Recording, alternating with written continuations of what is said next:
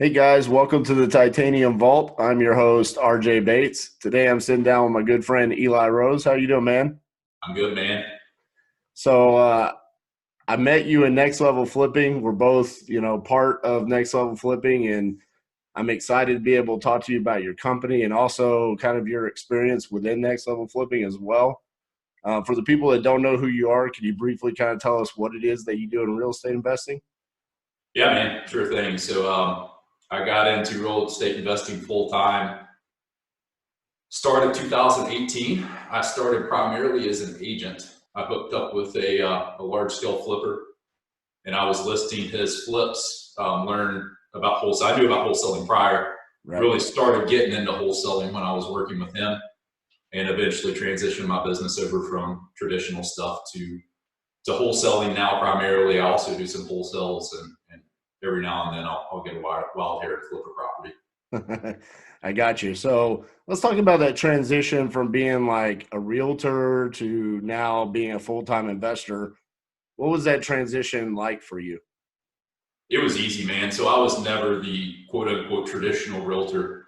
The guy, I basically had one client. This guy was flipping 100 houses a year, Gotcha. and I was helping him find deals. I was helping him list his flips. I was getting to dig into his production processes, just how he found deals, networking with a bunch of wholesalers that he worked with. So it wasn't a crazy transition. I've actually never done a quote unquote traditional real estate deal. So you were basically wholesaling deals without even knowing or getting the wholesale fee. You were just kind of doing it as an agent along the way for this one client, right? Yeah, I got a taste of bigger pockets in the corporate world, and that's what led me into real estate was the wholesaling piece. So I was dabbling, and I would wholesale him a deal here and there, but essentially I was he was my client, and he was all my business at that point. I was getting a few wholesales, but my primary revenue for the first part of my first full time here in real estate was listing his properties. Gotcha. So once you made the transition to wholesaling, talk about, did you start off as like a one-man show or did you have a team? Did you have a partner? What did that look like? Yeah, so I started off as a one man show. Direct mail was my only marketing channel.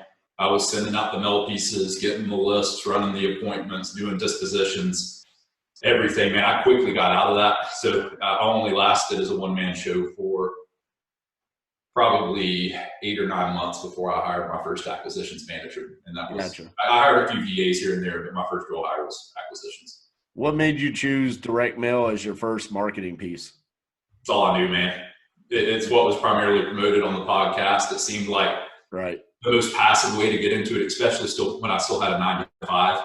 I could send out the direct mail, hire a call center, and have them field the calls, and then I could kind of cherry pick the hot leads to run. But it's funny you say that everybody talks about it. It's because it's still a great marketing technique. I mean, it works. And there's a lot of other ways that you can do it. And you can do it more efficiently and more affordably now with things like SMS, cold calling, ringless voicemail, stuff like that. But across the board, anytime that I interview anyone that's doing a large amount of volume, direct mail is still a piece of their marketing tactics.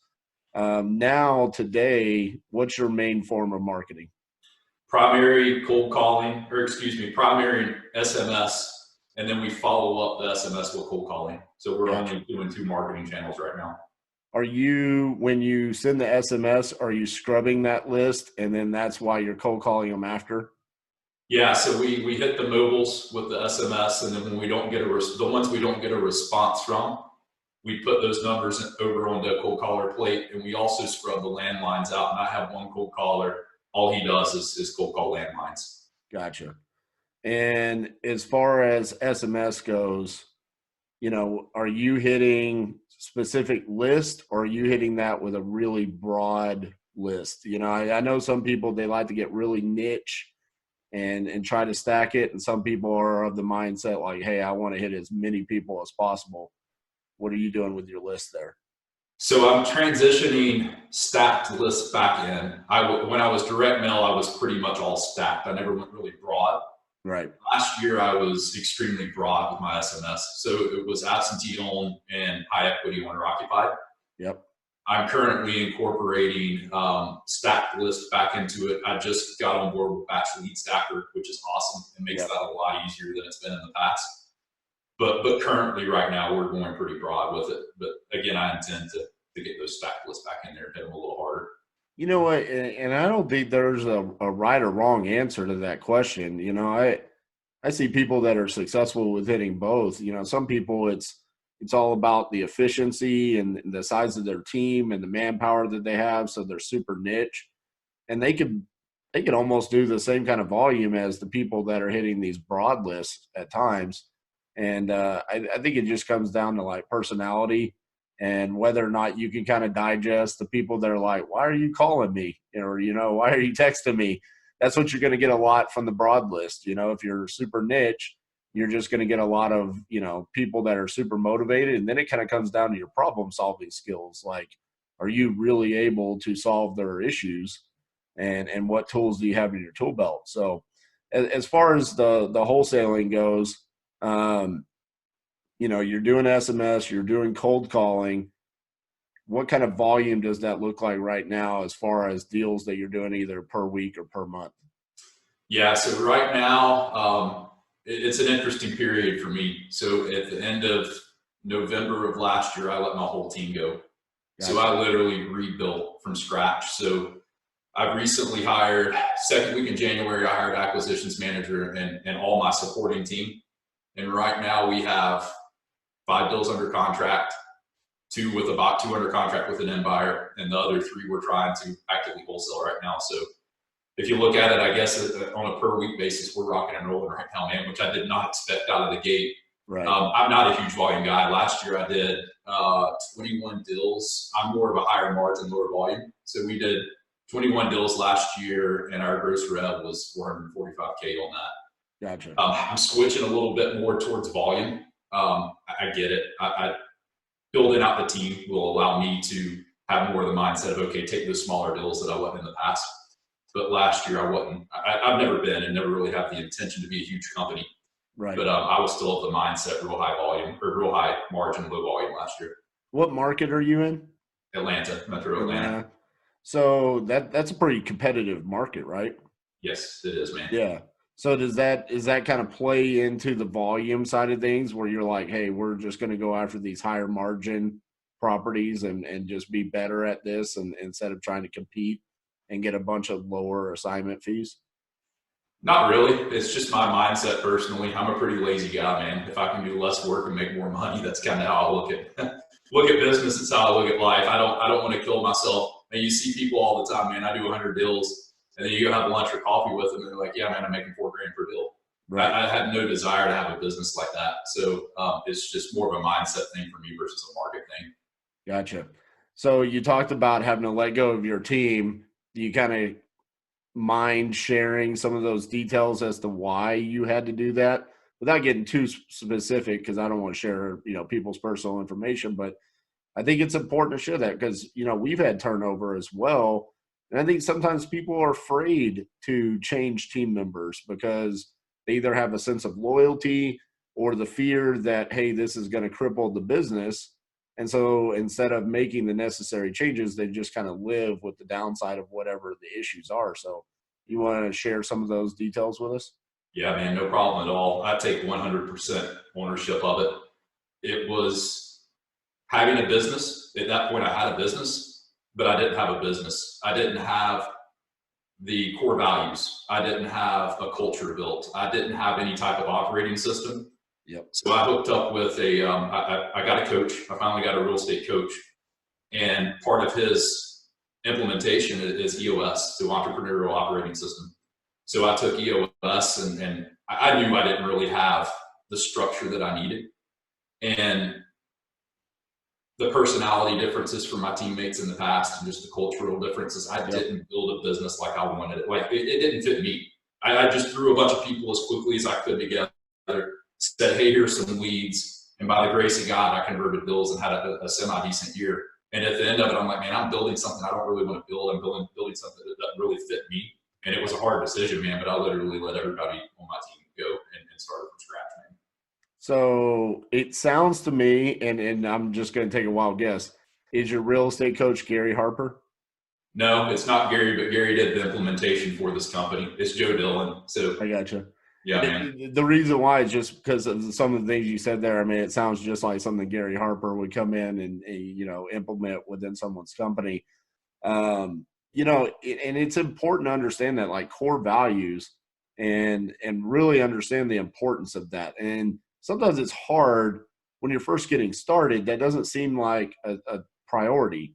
And so what I've seen through my experience of interviewing people and getting to know different people's companies is that a lot of times they get started and they get to a certain level of success, and then they kind of stall out, and then they have to look back and say, what is it going to take for us to continue to grow? And then that's where they look back and it's like, well, we don't have core values, we don't have systems and processes, like we don't have any kind of HR within our company. And then it's like you have to revamp.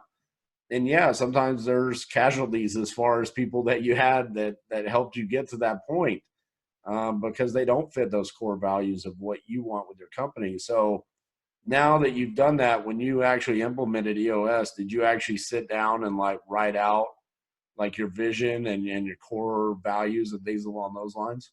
Oh yeah, man. I spent days on the VTO. I really got into it. I did it. I probably redid it 4 or 5 times, and yeah, it took a whole lot of time with the vision, with all of that stuff.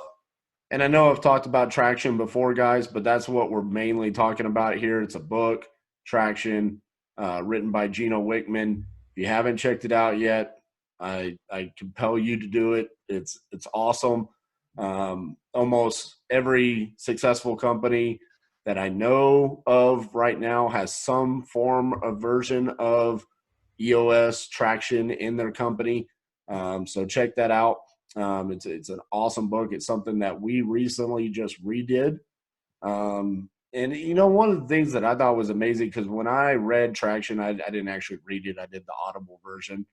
But one of the things that he says in that version is the highest ratio that he's seen, and I can't remember the exact numbers. It was either 80 or 92% of like actually implementing Traction in a company so far is either 80 or 92%.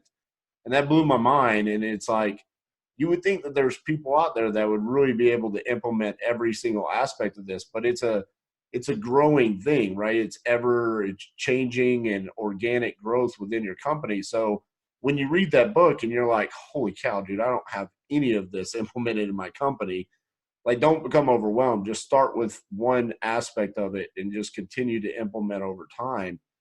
Are you, I know it's early on because it was only the second week in January, but are you seeing changes, like, for you personally? Do you feel better about your company now?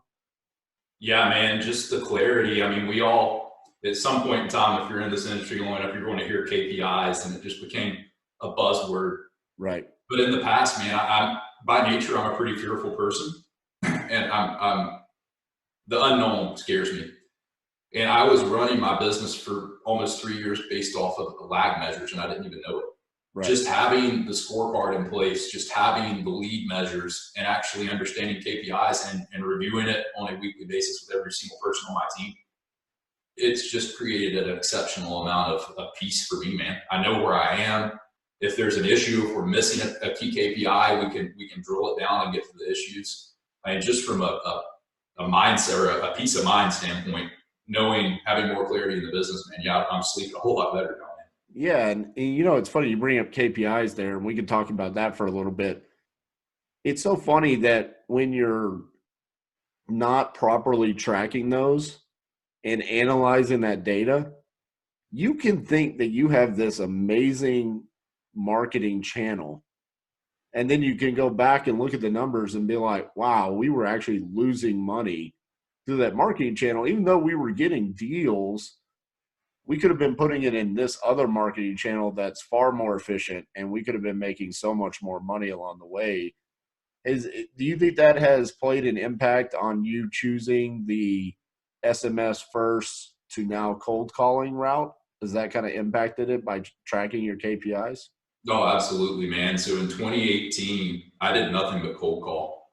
And then we got on the text messaging bandwagon. And if you go big with the text messaging and your business is not equipped, it will cripple it, man. Like it broke my business a couple of times where just the massive amount of lead flow. Right. And I still have my cold calling going all last year. I'm like, oh yeah, cold calling's rocking and rolling. Here's a deal over here. Here's a deal over there. And I got to the end of the year and analyzed it, and I almost cut it out completely. I'm still debating if I'm going to keep my cold callers going, man. But yeah, it's like you said, I thought it was great. It was a huge revenue source in 2018. And then we got to the end of the year, and I actually did my lag analysis, and I'm like, man, this wasn't near as good as I thought it was. Right. And now with the KPIs, it's like I can see that before it happens. So yeah, it's pretty cool, man. So on the SMS and the cold calling, do you have in-house people that are doing that, or are you outsourcing it through VAs or another company? Outsourced. So my SMS, my new SMS person is a Rocket Station VA. Okay. I had a VA do it last year, a South American VA doing it last year. He did a great job. He moved on. He's a real smart dude. He moved on to a better opportunity for him. And my cold callers are also, did I say South American? I guess they're Central American. My cold callers are Central American. Gotcha. And what does that training process look like? You know, because I think that's one of the biggest concerns for people is I'm hiring someone in another country. Is there going to be an accent? Is there going to be a language barrier? How can I properly train them? So what does that look like? The training piece with the cold callers was pretty easy, man. Our next level flipping comrade, I guess you would call him, Casey Caval, put me up with a guy he's using. So he's half the time with Casey, half the time with me. And then the other cold caller is half time with me, and then half time lead management for a company in Texas. So they weren't totally oblivious to real estate. Gotcha. They were using similar scripts to what I already use, and the language barrier with them, I guess the accent, man, it's not. Right. Both of them grew up. So one of them grew up in Vegas until they were 18, and the other one grew up in Southern Cal until they were 2018. So they know American culture. They grew up in America. Yeah, and you know what? I've seen that across the board that when you go with specific companies that are a recommendation of some sort, the experience is really going to be pretty seamless. And like you said, they already have that training and the experience, and they're used to these scripts that you're using. So that's pretty awesome that you're able to do that, because, you know, we've tried to do cold calling in-house multiple times, and it's been hard. You know, I mean, that's a constant training situation, and you're always kind of second guessing, like, am I using the right script if it's not working, you know? And it's a little bit easier when you're outsourcing to somebody like that that's working with other people, and it's like, hey, this is what's working with them, you know, like, let the cold caller go do their thing instead of, you know. And sometimes as entrepreneurs, we're control freaks, right? Do you have any of that in you? Are you a control freak? Too much, man. You know, and so for me personally, I've always wanted to keep everything in house. And, you know, eventually we started looking at outsourcing different things, utilizing VAs for different stuff. So that's pretty cool that you've been able to do that. Let's talk about dispositions and acquisitions, because you talked about like your first 8 or 9 months, you were a one-man show. I always call it the roller coaster, you know, feeling. Did you kind of experience that your first 8 or 9 months where it was like acquisitions, and then you had contracts and acquisitions came to a halt because you had to do dispositions? Was that something that you struggled with? Oh yeah, man. Big roller coaster. That roller coaster hasn't totally gone away. It seems like there's ups and downs, even when you have an acquisitions manager. Yeah, big time, man. So are your acquisitions managers, are they doing dispo as well? In the past, yes. I'm actually, that's the part of the business I got to get myself out of. I assumed dispositions this year. Gotcha. Last year I had one acquisitions manager. Well, I started off with 2 last year. The first one quickly worked herself out of the position. And then I kept one for a full year last year, and she was doing acquisitions and dispositions. And when the volume ramps, man, the bandwidth to do both and the mindset shift, it's a different mindset doing in-home sales, trying to acquire properties versus selling to buyers. It just didn't work out. So this year with my new AM, she's acquisition. She has her hand in a little bit of it, but I'm primarily doing disposition. So the end of the half a year mark this year, my goal is to be out of dispositions myself.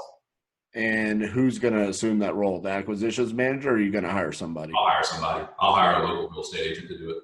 Gotcha. You know what? Sometimes as the owner of the company, it's kind of hard to get out of dispositions because so many people want to connect with you and then they tell you things like, "Hey man, I'm looking for this particular kind of property." And then you go contract one and it's hard to like remove yourself and not be the guy that just goes and tries to sell it to that person.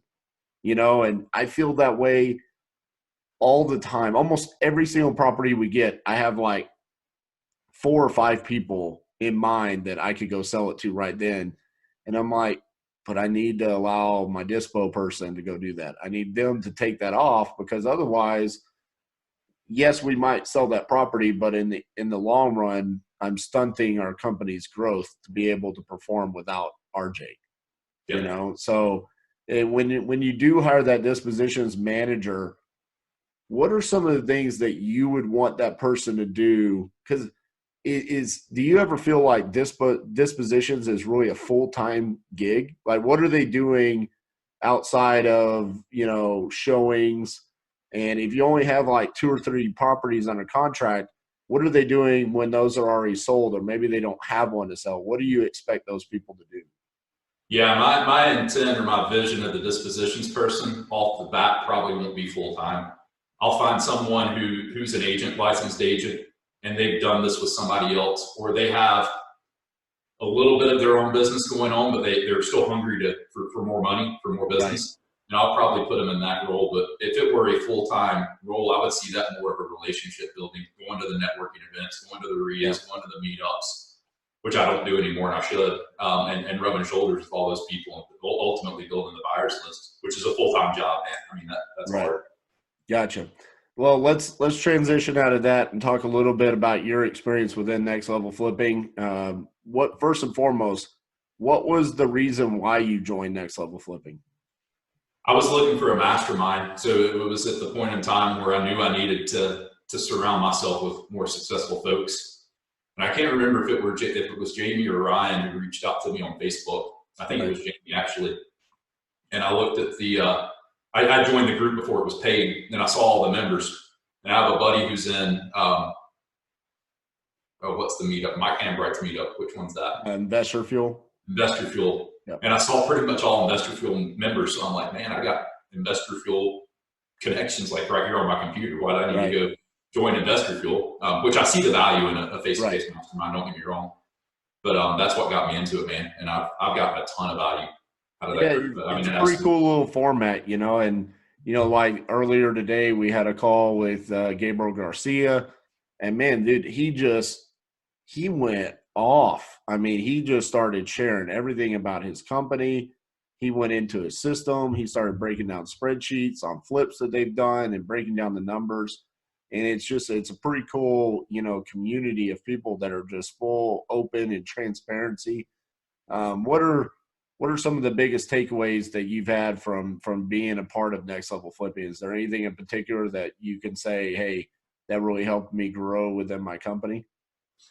Yeah, man. I mean, it came down to my courage to opening up my business, man. The first post I put out there was like, man, do I want to share this? This is talking about revenue and all that stuff, man. And I put it out there, and just the feedback I got from being open from guys who were, 100 leaps and bounds above beyond me, man. It was substantial. Yeah, man, it's pretty cool. So for anybody out there that's interested in being a part of this, just check out nextlevelflipping.com. Obviously, I'm biased, but we're the self-proclaimed #1 online real estate mastermind. I'm now prefacing that by saying I think we're the only online real estate mastermind. So it's pretty easy to be #1, but it's a great group of people. And like you said, there's still value in the in-person masterminds. We've never said, hey, you don't want to be a part of those and just be a part of ours.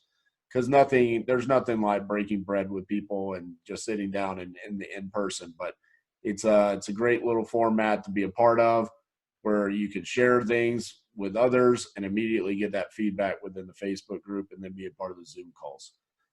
So outside of that, man, what is what is your why behind being in real estate investing? Like what are you busting your ass for every day to do this? You openly admitted you're a lazy guy. You don't want to work hard. So what are you doing this for? It's time freedom, man.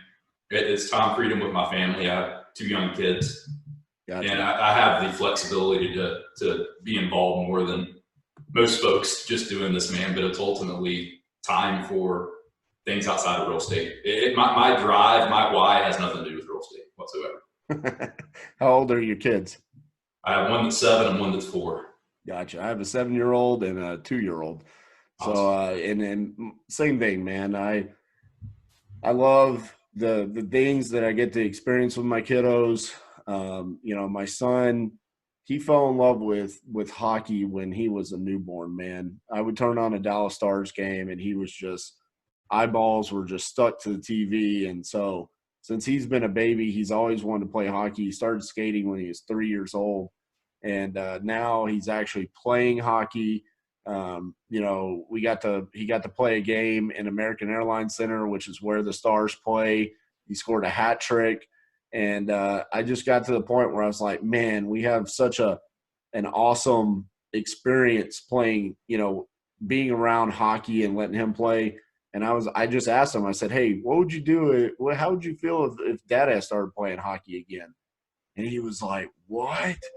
That would be so cool, man. And so now I've started playing hockey again. And just, it's so funny because he gives me more feedback about how I play hockey than I give him feedback about how he plays. I'm just so proud of him.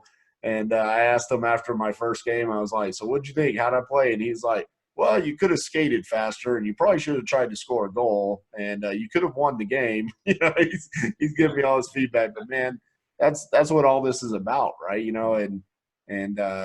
Real estate investing is such a great platform to create that kind of wealth or financial freedom, to have that time. Moving forward, what are kind of some of your goals to achieve that freedom, and what does that look like for you? What does freedom look like for you? Yeah, man. So short-term goals are getting this business to a 7-figure operation.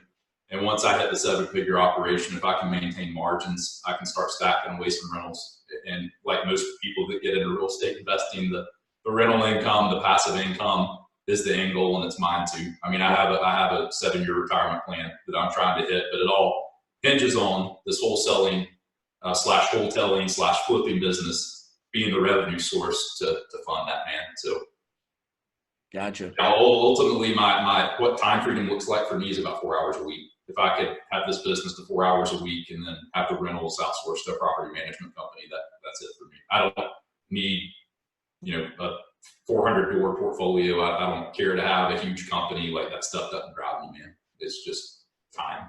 Well, somewhere out there, Tim Ferriss is smiling about you saying you only want to work 4 hours in a week. So, real quick, I'm going to give us some final thoughts. You think about your final little sound off here, but I'm going to go into my patented sign off now. That everybody loves it. So, if you're listening on iTunes, make sure you give us a 5-star review. If you want to give us a 4 or below star rating because you didn't like it, don't give it to us. Go give it to someone else, and we only accept 5-star ratings on iTunes. If you're watching on YouTube, give us a thumbs up. Make sure you subscribe and hit the notifications bar. Eli, final thoughts? Man, I appreciate it. To all those out there who's looking to get started, this isn't easy.